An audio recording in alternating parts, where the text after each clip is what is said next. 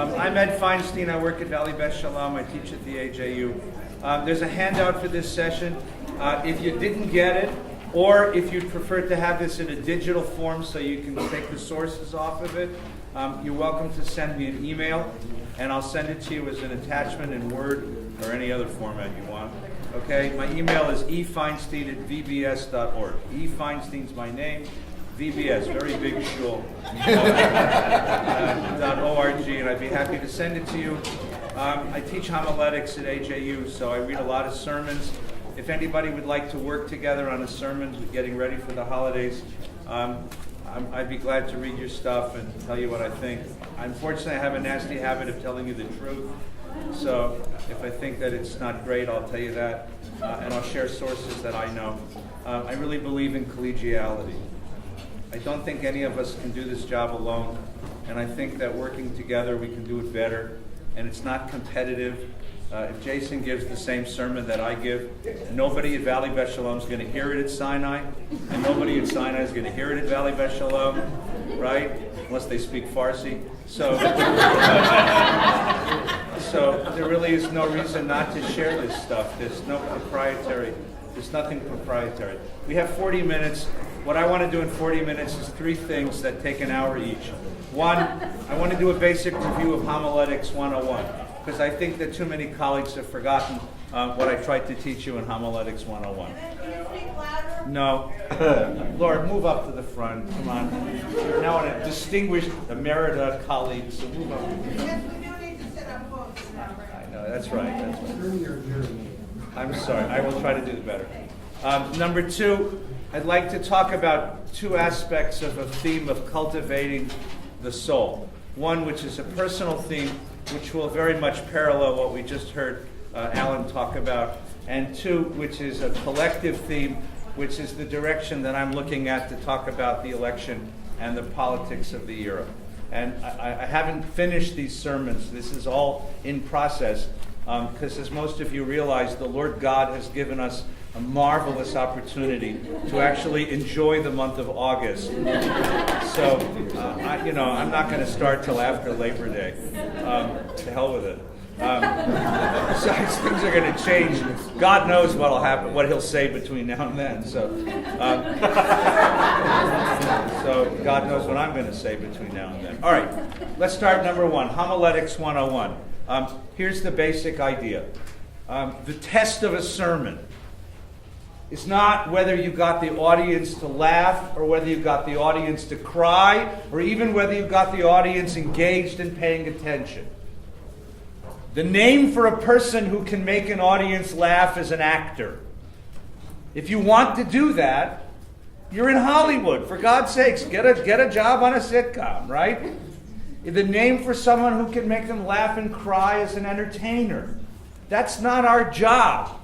The test of a sermon isn't even what happens in the synagogue while you're giving it. Here's the test of the sermon. After the Rosh Hashanah service, they all go to somebody's house for lunch. After Yom Kippur, they all go to somebody's house for breakfast. And they ask the question, what did your rabbi say? And if they say, well, he talked about Franz Rosenzweig and God and Donald Trump and Musar, and it was so deep.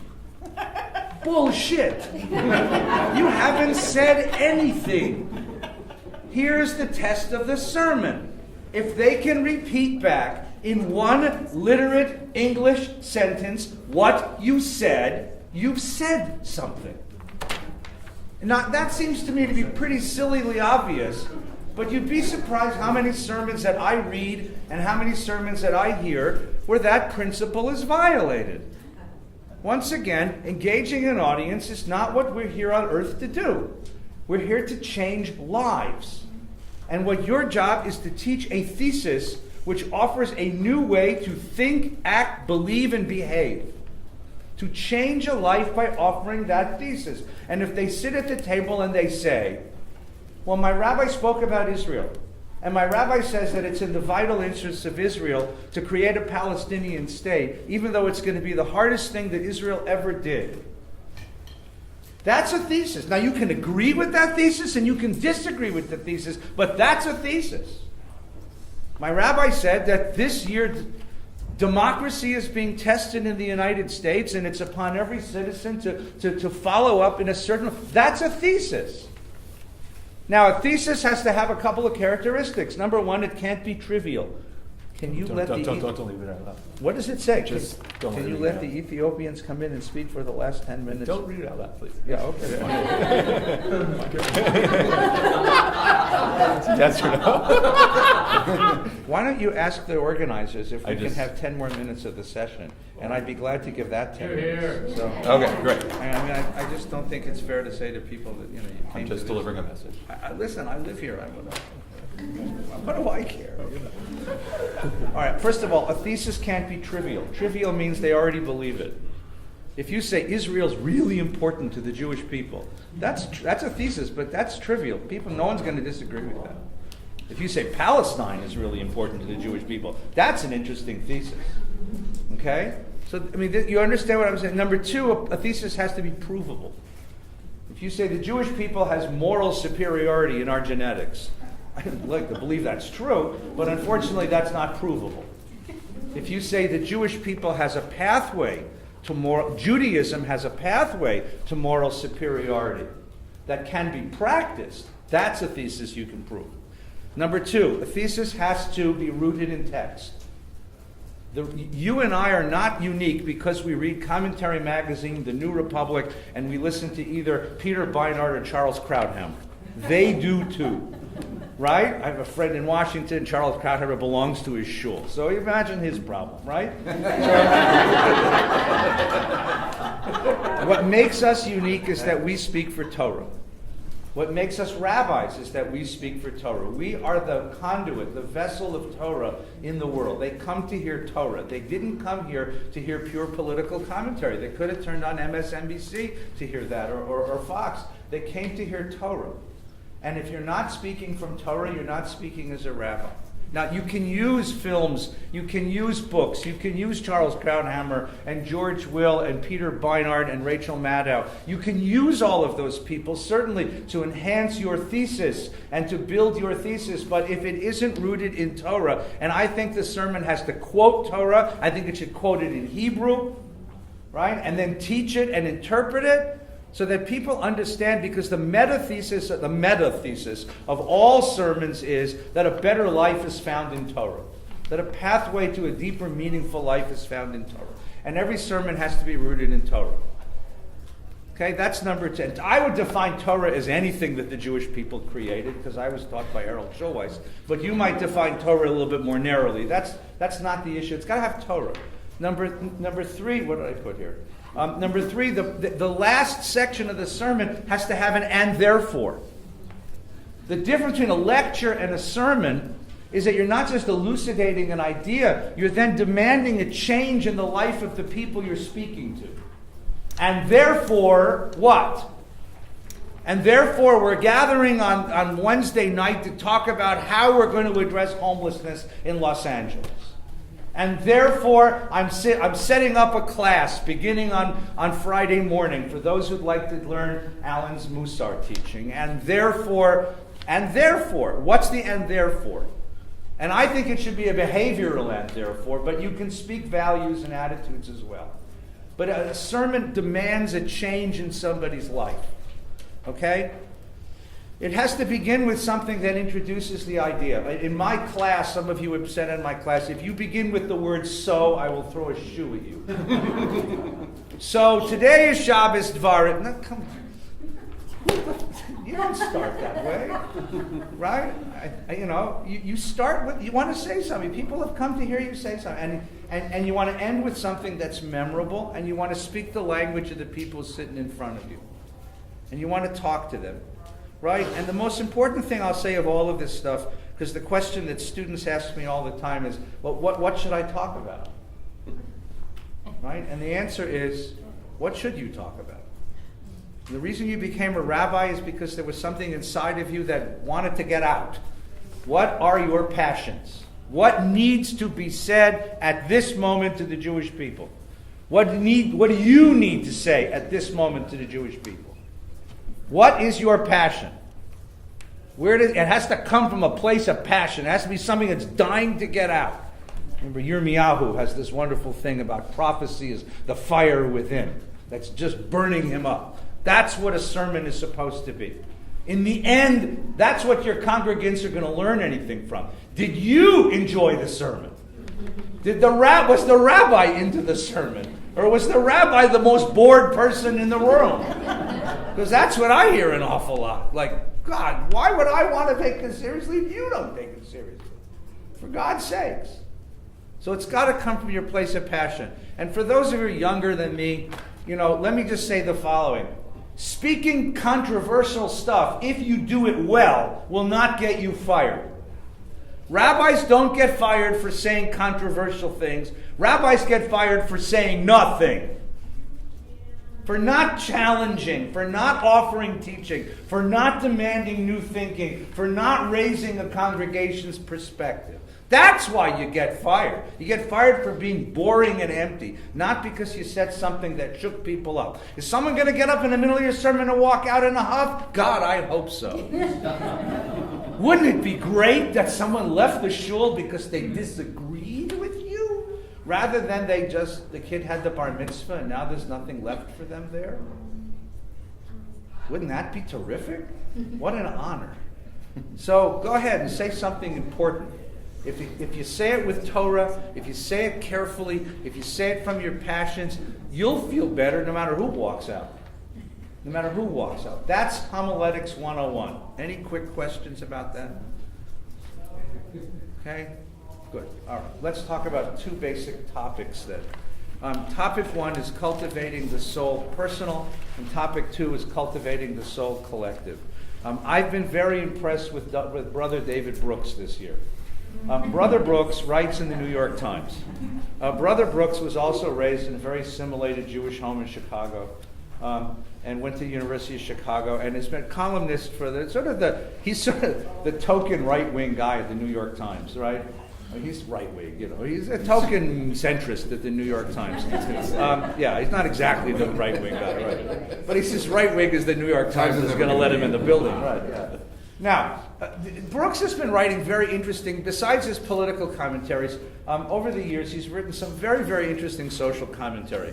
Right, Bobo's in Paradise is the funniest book you'll read all week. It's just terrific. And then his book about the social animal is very, very good. It's a wonderful perspective on contemporary social science.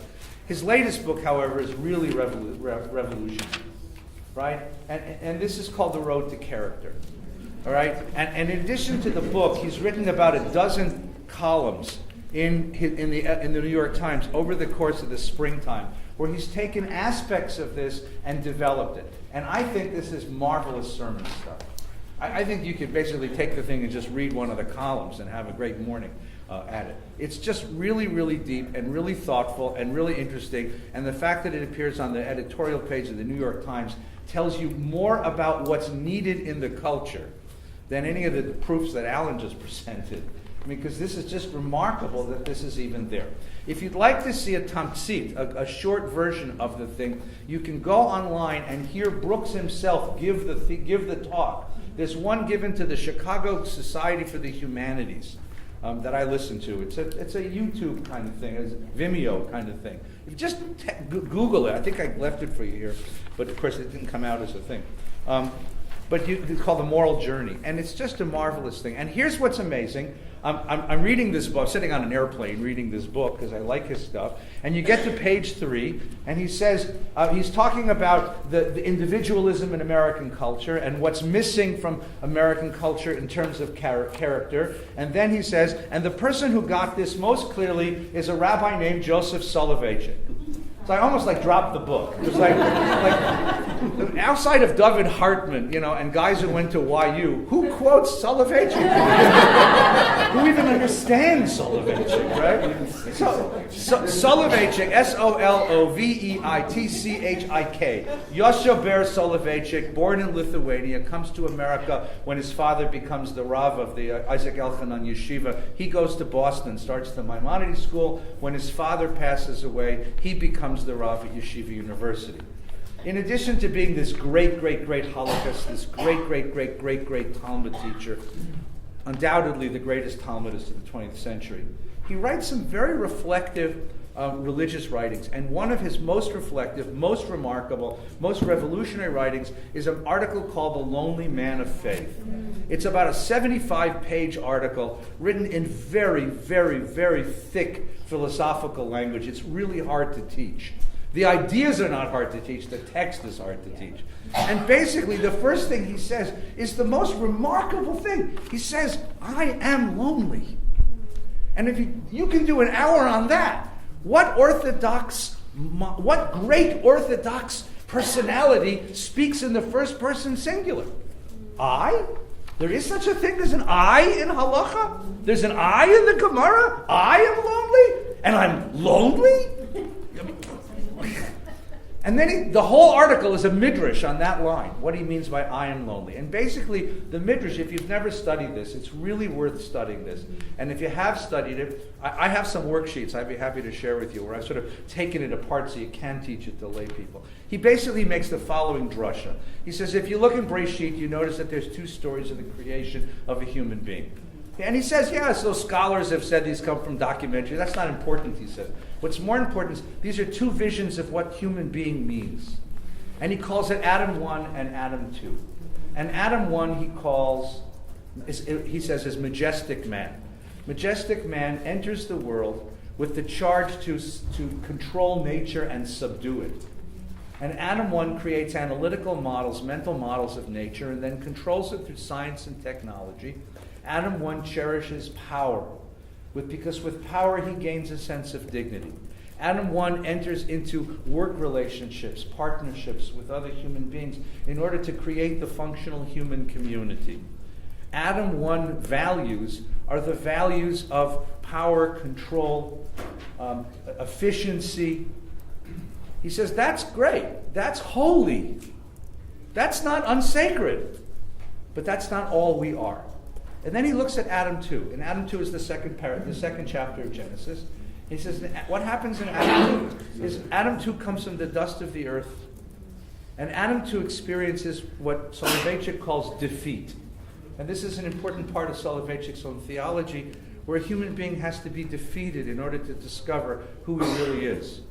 You don't really discover yourself out of your successes. You discover yourself out of your failures. You discover yourself out of the tragedies of your life.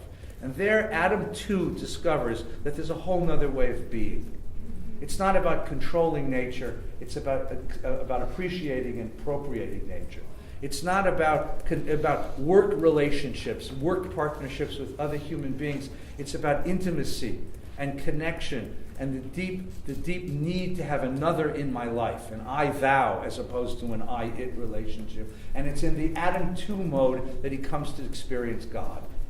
As the answer to the great existential loneliness of my own short life, my mortality, my uniqueness, my specialness in the world, and who echoes my existence in the world, and there he experiences God. Basically, Brooks takes this notion of two sides, and he says, look, and this is what Soloveitchik says as well, contemporary society privileges Adam 1 thinking, Adam 1 way of doing things in the world, and we've forgotten Adam 2. Brooks has a sweet way of putting this. He says there are resume values and there are eulogy values. Right? Resume values are all the things, your accomplishments, your accolades, your experiences, your rewards, all the stuff you accomplished in the world. Eulogy values, I've given this talk to bar mitzvah kids about 300 times. So eulogy values on the other side of the paper is, do you have a friend in the world that you can call at 3 o'clock in the morning and say, I need you, and that friend will show up? Is there something in the world where you've contributed beauty to the world? Do you have a sense of mission in the world that doesn't advance you in terms of your career and your public persona, but is something that's burning inside of you that needs to be accomplished in the world?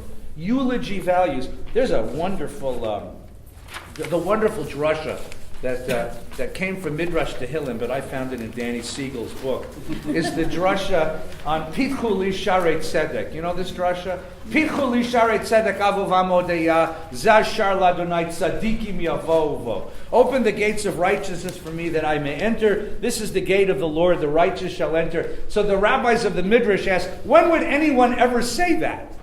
So they create this marvelous context for the Midrash, for the pasuk, right? What's the context? A soul dies in the world, arrives at the gates of heaven, and there's the guardian angel, St. Peter at the gates, right? And the angel says to the soul, "What did you do in the world?" And if you say, "I was a congregational rabbi," they say, "You go to hell." No. If you say, "I was a lawyer," or "I was a doctor," or "I was a professor," "I was an executive," that's irrelevant. What did you do in the world? And the Midrash says, if you say, "I fed the hungry," they say, "Zeh hashar ladonai tzadikim yavovo." So the soul says, "Pitchu li sharei tzedek," and the angel says, "What did you do in the world?" And if you say, "I fed the hungry," they say, "Zeh hashar ladonai tzadikim yavovo." I clothed the naked. I took care of yatomim, orphans, right? I did gemilut chesed in the world. They say, "Zashar ladonai tzadikim yavovo." Now, here's what's interesting. The rabbis, I got a hint for you. The rabbis of the Gemara, they didn't know any more than we know about what happens when you die. This isn't about what happens when you die. This is about the transformation of values that happens when you go to the cemetery. There are 25,000 grave markers at Mount Sinai Memorial Park. Not one of them says A.B. Harvard. I checked. Not one of them has someone's SAT score listed on it. Not one of them has someone's personal worth. And I've been doing this for 36 years, and I have never yet heard a kid get up and say, "I'm proud of my dad because he was a captain of industry. I'm proud of my mom because of what she had." You know what they talk about? What they gave. Relationship. What does cemetery plots say? They say loving father, caring mother, giving member of the community, loving friend. There's a transformation of values that takes place in the face of death. And in the face of death, we understand a different measure of what it means to be human. That's what Soloveitchik's talking about. Brooks, in his wonderful book, says that's missing from American culture. That's the piece that's missing. And if we only teach the young to appreciate Adam 1 values, go out and conquer the world and be somebody, and we don't teach them this other piece of what being human is, we leave them bereft. We leave them bereft. Brooks does a wonderful job both in his book and in the subsequent pieces he published in the Times, and I gave you a little bit of it here, asking these kinds of questions. And I think that Rosh Hashanah Yom Kippur is a wonderful time to ask these kinds of questions to a community. What is the measure of a human being? And what is the measure of our success? And what kind of success have we taught our children? I get to give a talk every year at Milken because I'm on the board. And so I say to these kids, I mean, they're gorgeous kids, they're 18 years old, they're all graduating seniors, and I say to all of them, I have no doubt in my mind, you're all going to be a success. Because you've come from great families, you're all have wonderful schooling, you're going to wonderful universities, you're all so bright and so accomplished, you have all of the advantages that our culture can give a kid. I only have one fear, that the success you've been taught to pursue is too small. And that sometime in your middle 30s, you're going to reach it. You're actually going to achieve everything that you wanted in life. And this is what a rabbi knows. There's a whole generation of people who die in their 30s, but we don't bury them till they're 90. Because the success that they aspired to, the person that they aspired to be, is too small, it's too ordinary, it's too material, it's too trivial. You need a bigger idea of what it means to be a success as a human being. And that is what Jewish studies was supposed to teach you in the high school. That's really what Torah is here to teach you. It's not going to make you a material success in the world. Trust me on this. But it's, as Alan so beautifully pointed out, it's the pathway to become the person you most want to be. That's what Pirkei Avot taught. right? The task of life is not to get what you want. The task of life is to become the person you most aspire to become. That soul education. Soul I'm using as a code word for moral and spiritual self. That education of the soul, I think, is what we're here to accomplish. And I think this becomes because Brooks has written it so lovely, and you can quote him widely. He's done it so nicely. I think this is a wonderful sermon to offer for Rosh Hashanah. I offer you some more other texts here that you're welcome to use. The text about the 4 questions they ask you when you arrive in heaven. Ronnie Wolfson wrote a beautiful book about this. It's a great book. It's a great text. You know, did you do business with Nasata be'emuna, which already has all kinds of references. Nasata be'emuna, like Kavata itim with Torah. Did you set time for Torah? Has to do with time, man. Asakta befriya or avia, which means did you invest in your family? And then Sipita li-Yeshua. Did you keep hope alive? This is, I'm sorry, it's Talmud Shabbos 31a. It's the second source on the page here. Is another source that you can use for this kind of, the image, the tradition's image for the ideal life. The life we're aiming at. The soul development of a life, right? And then if you want to go biblical, I love the 92nd Psalm. I've often taught this as a text. The 92nd Psalm, which is Mizmor Shir Liyom HaShabbos, right? Divided into 3. It starts out with this wonderful sort of poem, this wonderful introduction. Tov la'adot la'adonai l'zamer l'shimcha elyon. And all you got to do is ask the congregation you're talking to, Tov la'hodot. How many mornings do you wake up and say, Tov? Most of the time, I wake up and I utter the name of a God that's not ours. Sometimes adding his middle name, you know. I mean, very few of us wake. What kind of person do you have to be to wake up in the morning and say, Tov lehodot ladonai, and understand that the psalmist lived not only in the same world that you and I live in, he lived in a world without anesthetics and antibiotics. No, I'm not kidding. You understand what it's like to live in a world where 1/3 of the women die in childbirth? You know what it's like to live in a world where if you cut your finger, you lose your arm? Tov lehodot ladonai. What kind of human being wakes up with that attitude? Right? And then the second part of the psalm has to do with evil in the world. Because this is a world-affirming faith, right? And he talks about the enemies of God being mowed down, you know. And then finally, the last part is the most beautiful meditation on the goal of life. Tzadik hatamar yifrach. Right? And the last line is, right? Right? Lahagi ki ashar Adonai tsuri v'lo avlat tabo. Eric Erickson, great Jew.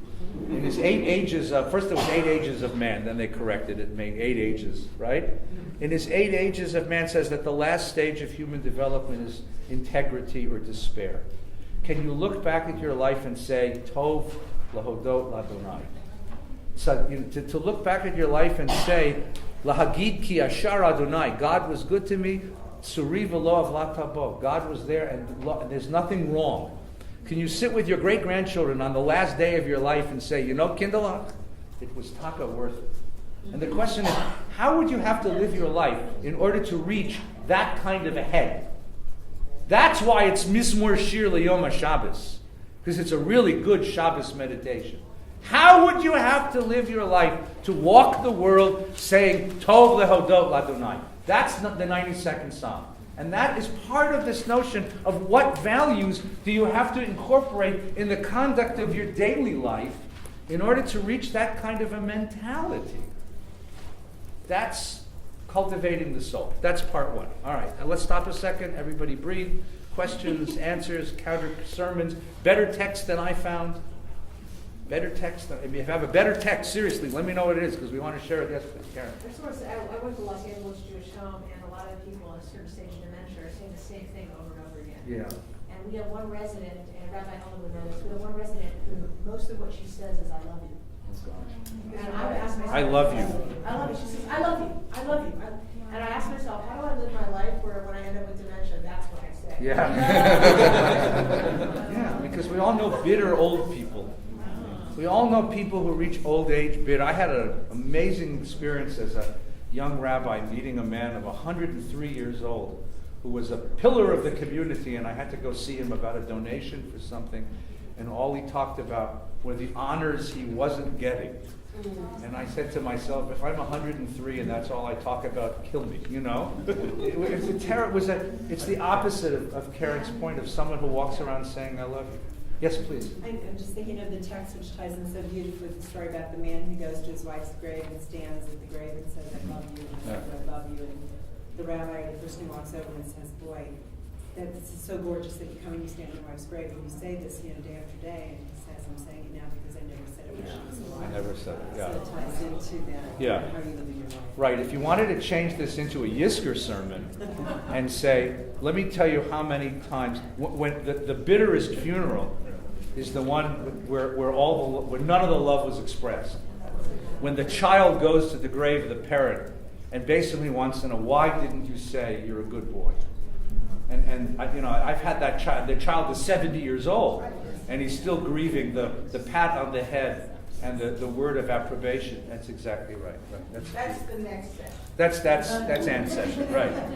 Right. Then there's the famous joke about the guy lying there going, why did you die? Why did you die? And the friend comes over and says, you must have really loved this person. He says, I never met him. He says, well, why did you die? Why? Well, who is he? He says, my wife's first husband. You know?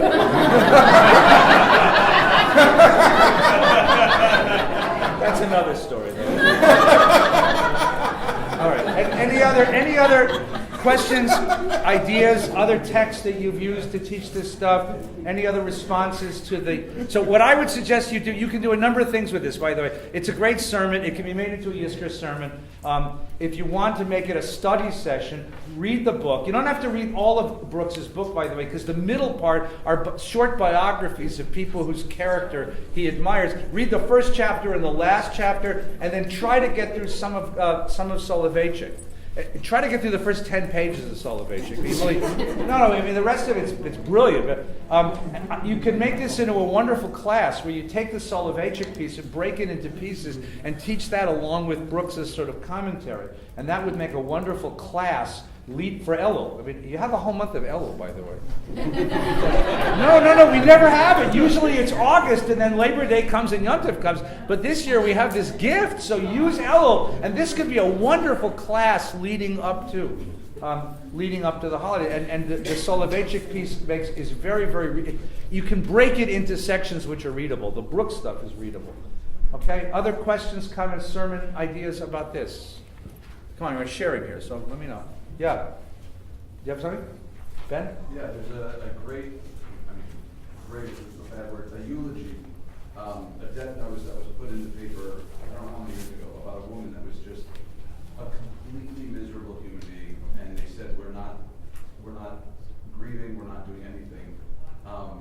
It just destroyed, I mean, it's heartbreaking to see how this woman is described by her family.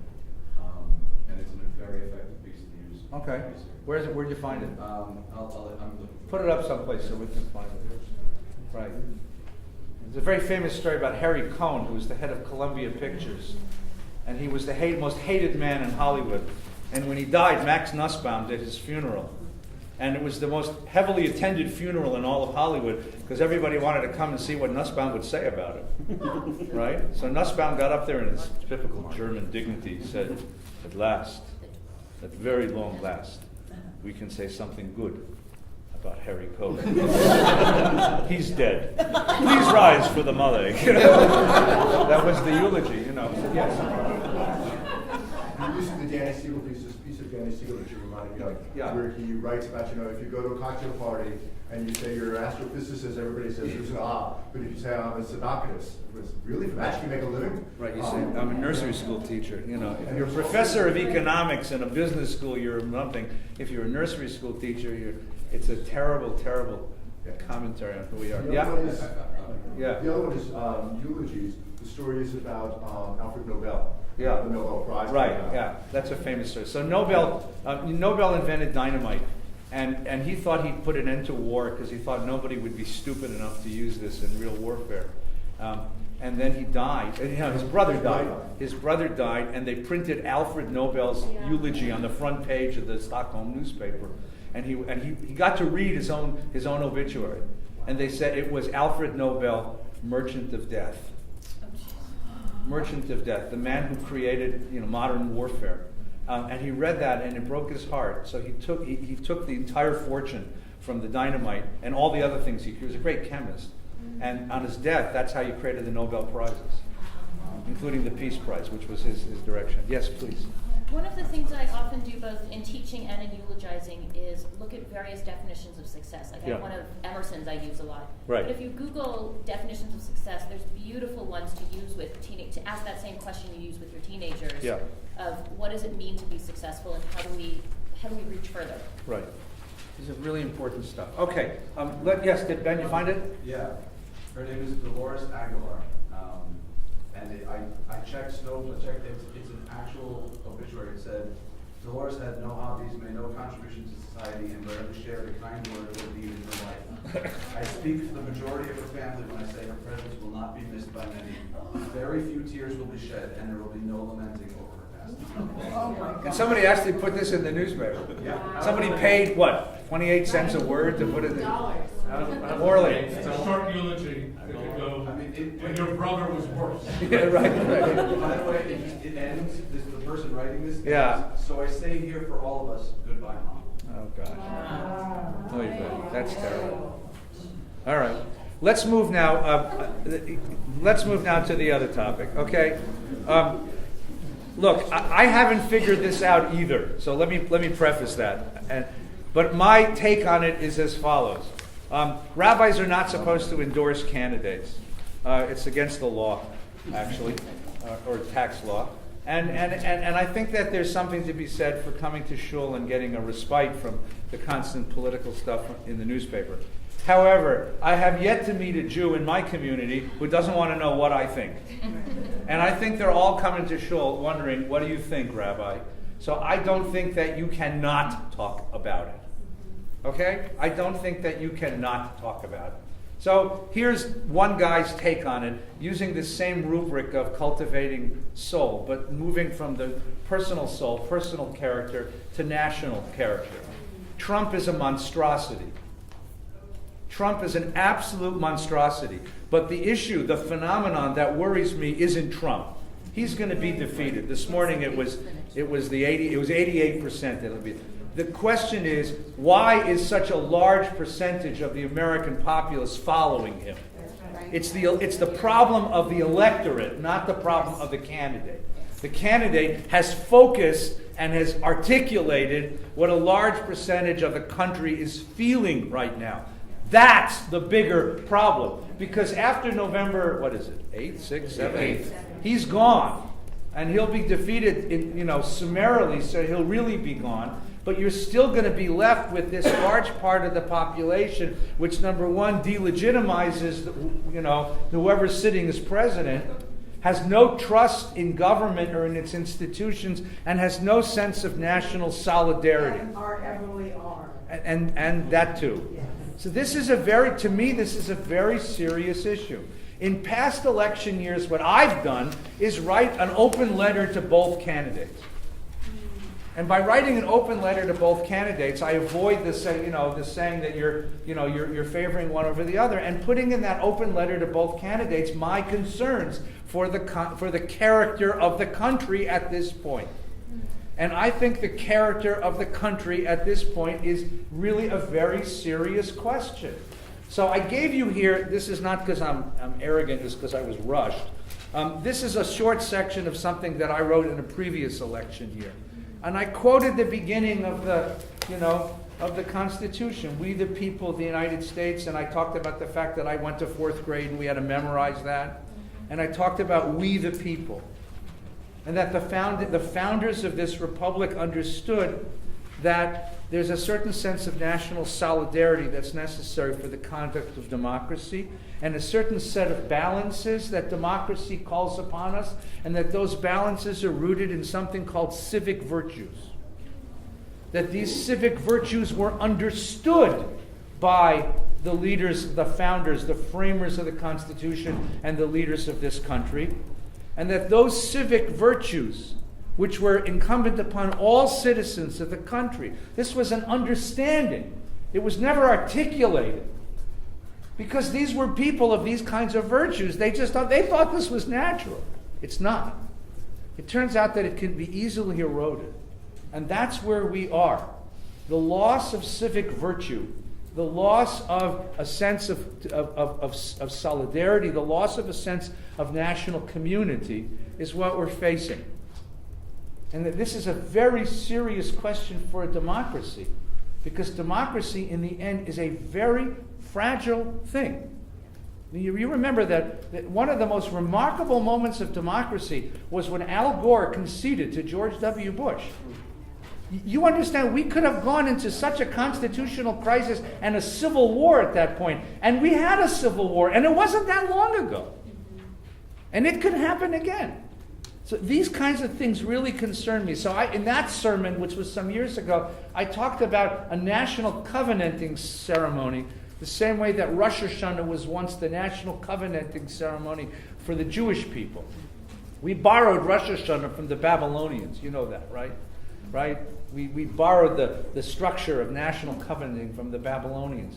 We took the Torah has Yom Truah, but all of the structure of the thing came from the Babylonian National Covenanting Day.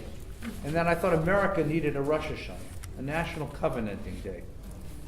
That's one way to put it. And I put this as an open letter to both candidates. If you'll turn the page, I found some sources which I think I'm going to probably use. Alexis de Tocqueville was a great Frenchman who came to America and loved this country but cared about it.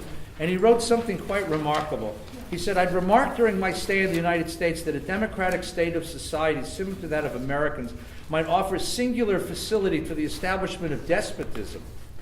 And I perceived upon my return to Europe how much use had already been made by most of our rulers of the notions, sentiments, and wants created by this same social condition for the purpose of extending the circle of their power. I seek to trace the novel features under which despotism may appear in the world. The first thing that strikes observation is an unaccountable number of men incessantly endeavoring to produce the petty and paltry pleasures with which they glut their lives.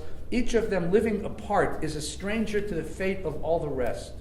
His children and his private friends constitute to him the whole of mankind, and as for the rest of fellow citizens, he's close to them, but he sees them not, he touches them, but feels them not. He exists but in himself, for himself alone. He may be said to have lost his country." He's quoting Psalms. Yeah, well, here's what he's quoting. Pirkei Avot says, Ha'omer sheli sheli v'shelcha shelcha ze benoni. If you say what's mine is mine and what's yours is yours, that's ordinary morality. And then somebody glossed it and said, no, that's midat stom. That's how you end up with stom. What is stom? What is Sodom? Sodom is the doomed society. A society that doesn't have a fundamental basis in solidarity, a fundamental sense that we owe each other something as citizens, that we're in a common enterprise. That society is doomed, says Talmud. And then I went and I looked up, I tried to find, like in the sources, biblical and Talmudic, why Sodom was Sodom. And there's just some wonderful midrashim, and that's what I gave you on this sheet. And these midrashim, what they point to is this sense in which I enter the body politic, I enter the collective only for my own purposes. I have everything to take and nothing to give. I enter for my own purposes. And without a sense that I enter with a common responsibility to the civic whole, no democracy can persist. And that's something that I see that's remarkable. Charles Murray, who was a very right-wing social scientist, who's not well liked among progressives, but Charles Murray wrote a brilliant book called Coming Apart. And what he does in that is he contrasts the people, I forgot what two communities was, like this small working class community in Ohio with like Scarsdale, New York. And basically he says we're two Americas and we have very different values.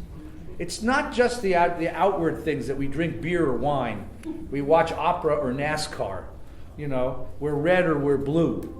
We have very different values about family, about work, about achievement, about what we want for our children. And if you read Charles Murray, it's a chilling book and the same kind of a treatment you can find. I gave you the other one. Is I know we got it. What? They asked me to wrap up. Yeah. Okay. All right. I thought we had 5 minutes. No. Yeah, Putnam's book. Putnam's book called Our Kids. Yeah. Right, which is the more progressive version of the same of Charles Murray's work. Again, showing you the very different fates of children. Robert Putnam. Charles Murray wrote Coming Apart. Robert Putnam writes Bowling Alone. Yeah, Bowling Alone, but it's his second book. It's called Our Kids. It's his study of children. Our Kids, which is remarkable, right? And Stiglitz's book, if you didn't read it last election, Stiglitz's book, which needs a good editing, but it's a good book anyway, on income inequality and the dangers of income inequality. And there's a lot more out there now, but what's missing, what I hear missing in all of this, in the rage, in the hate, in the there's just no sense of civic responsibility, civic virtue, and national solidarity. And that, to me, is a very, very, very dangerous thing. And if I fault the candidate, I fault him for playing on those fault lines instead of trying to heal them. All right, other questions? Yes, please. There's a new book that just came out by a guy named J.G. Vance. Yeah. Who's from Appalachia and then graduated from Harvard, and he talks about the ways of thinking that are different. It just came out. Yeah, Vance? Yeah, it's like the hillbilly, elegy for a hillbilly. Hillbilly elegy, sorry. Laura? The hillbilly elegy. In the second sermon, Yeah. what's the there for? That's a good one. The first time I gave it, I talked about a national Rosh Hashanah. It was my sermon to the candidates, and I talked about a national Rosh Hashanah. But this is your sermon to your congregation. I know, I'm trying to think of it. I don't know. I honestly don't know. What we did, what the shul is doing, is a series of political education programs and a series of outreach programs to ethnic and religious communities in town. So I'm going to be asking people at Valley Beth Shalom to come with me on a bus trip down to South Central. And we're going to go to church and have lunch with the church. And then we're going to go to Pacoima and do it in a Latino church, and we're going to go to a Korean church, and we're going to meet our neighbors. Because one of the facts of LA, which is a whole nother sermon, by the way, but one of the facts of LA is that we're the most ethnically, religiously diverse community in North America, but we don't meet each other. The best symbol for that is Staples Center. Staples Center is a brilliant edifice. Anyone ever been there? Yeah. Not only do you not sit with people from other socioeconomic classes, you don't even ride. You ride on different escalators. And if you're sitting in the upper section, you can't get to the lower section except by going out of the building and coming back in. They've built it. It's the most remarkable edifice of class separation I've ever seen in my life. So this notion that that was our little therefore, which is a small therefore, but help me figure out about a therefore. I mean, I think that the country has to do some serious healing, because I think that I'm really worried about the day after. Yeah. I'm really worried about the day after. It's not, it's not going to get better. Yeah, Jerry. I'm worried that if you just stand in front of our congregation and scold them for how bad 20% of the population is, Yeah. you're going to make them feel good, I suppose, because they all have a common enemy. No, I don't want to do that. I think this latter part, the proposed therefores, have to be in there. Yeah. What can we do? What should we be doing to enhance community? Right. What common issue or something? I don't think sitting and eating lunch with them is necessarily going to do. It's a beginning. Look, so the problem is you live in a city which is not only it's ethnically diverse, but it's the most privatized city, right? Yeah. Parks. I mean, go to parks. We don't have parks. We play in our backyards. We don't share public transportation. We drive our own cars. We live in mostly modular housing so that we don't meet our neighbors. So we have to think of some kind of therefore there. I don't disagree with you. I don't know what the therefore is yet. I'm trying to figure this out. Yes, please. So, as a hospice rabbi, I go into all sorts of homes, and Yeah. I cannot believe the racism I encounter from people, and I mean, somebody mentioned several months ago that the whole election is rigged and Hillary's gonna win. I can't say anything to these people, but I do experience it, so I'm just stating that as some food for thought. Right. What there is out there. So I think I do better by reaching out when I do encounter people of other communities, and just as a Jew, meet those people and everything, you know, it's just Right. an outreach. I still think, though, I mean, Jerry, I will add, we do need to think of solutions, but I think that, I mean, think about that, Adam 1, Adam 2. The issue is not just trade and immigration and defense policy. The issue is the character of the nation, the character of the polity. And I still think that's very important. Yes, please. I think that therefore, you know, because these are topics that are so overwhelming that we think, Yeah. what can I do? Or this isn't my community, this isn't my world. I think that therefore starts with personal. Yeah. In our language and our response. Right. You know, we got to that place where, as rabbis, when we talk about Israel, it was just a no-win. Because the moment you say Israel, it became off the table. We were going to talk about Israel because there was such divisiveness. Right. It feels like we're in a place in America that to now talk about American social issues. Becomes too We used to be divisive. able to talk about that all the time. Now, Right. the price is very high and people immediately calcify. So I think maybe that's this piece that plays into national heritage. We can be talking with each other. We've abdicated the ability to talk. Right. How do we I think you're do exactly right. Yes, please, Chef. All right, I'm getting the hook here. All right, ladies and gentlemen, thank you so much.